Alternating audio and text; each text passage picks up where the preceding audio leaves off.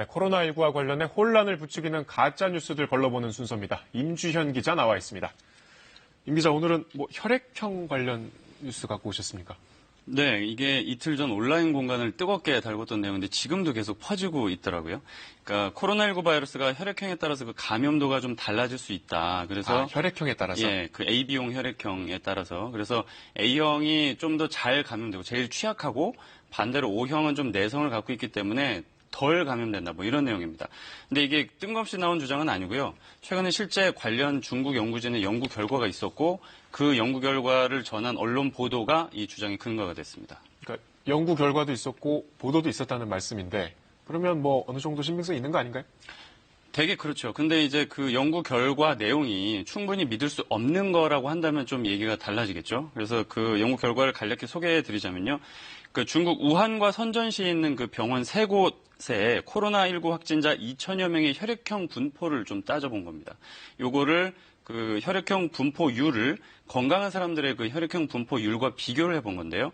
그랬더니 A형 환자의 분포율이 38%로 건강한 사람의 분포율 32%보다 좀 높았고 반대로 O형 환자의 분포율은 26%로 건강한 사람의 분포율 34%보다 유의미하게 낮았다는 겁니다. 그래서 연구진은 A형인 사람들은 코로나에 좀 더 각별히 주의해야 된다 이렇게 강조도 했습니다. 근데 왜 그렇게 된 거냐까지는 연구되지 않았고요. 그냥 통계적으로만 그렇게 따져본 겁니다.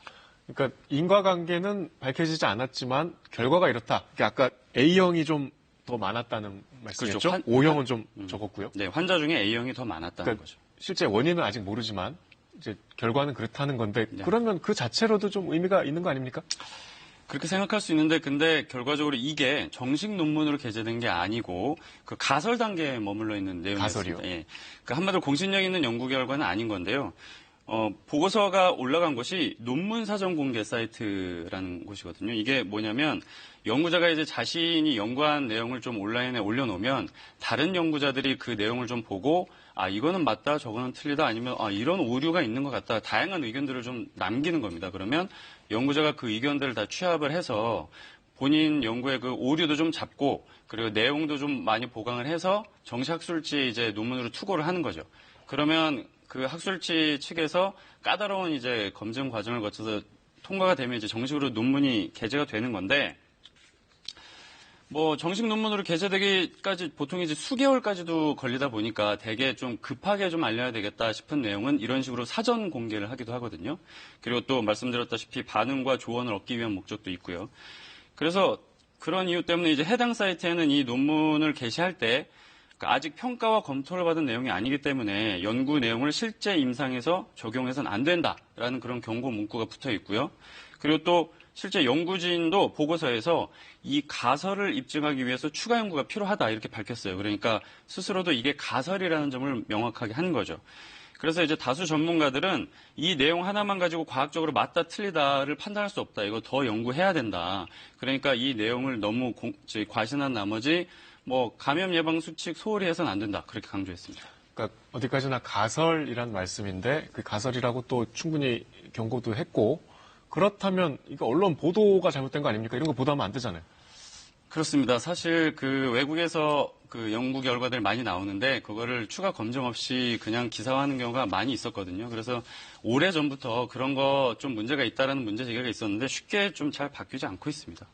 그러니까 하여튼 언론이 이것저것 정보를 검증 절차 없이 좀 인용 보도하는 게 일단 문제인 것 같은데요. 네.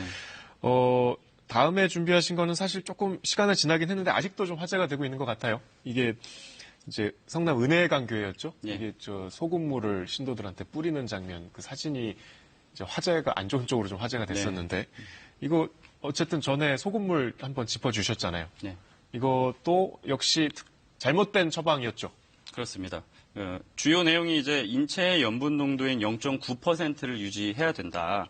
그래서 이제 저염식 말고 고염식으로 식사를 하는 게 좋다 이런 주장이거든요. 근데 체내 염도가 0.9%라서 그 수준을 유지하는 게 좋다라거나 반대로 너무 저염식하면 저나트륨 혈증이 와서 몸에 해롭다. 이런 부분은 기본적으로 맞는 얘기입니다. 근데 건강한 사람이 일부러 고염식을 하지 않아도 그 0.9%의 염도를 유지하는 데는 별 문제가 없다라는 게 전문가들의 공통적인 의견이고요. 반대로 우리 국민의 그 염분, 소금 섭취량이 WHO가 권장하고 있는 양의 2배가 항상 넘는 걸로 나오잖아요. 그러니까 이미 많이 먹고 있는데 여기서 더 많이 먹자라고 하는 건 좀 위험할 수 있다. 그런 얘기고. 아, 이미 우리 식단이 그렇죠. 짜다. 예. 그래서 또 특히 무엇보다 염도 0.9% 농도에서 바이러스나 세균이 증식하지 않는다라는 명확한 과학적 근거가 없습니다. 예, 없고 4% 정도에서는 세균이 사멸할 수도 있다고는 하는데 역시 바이러스의 증식 활동은 염도와 상관이 없다고 합니다. 그러니까 소금 관련된 이 의학 정보들은 대체로 다 사실이 아니네요.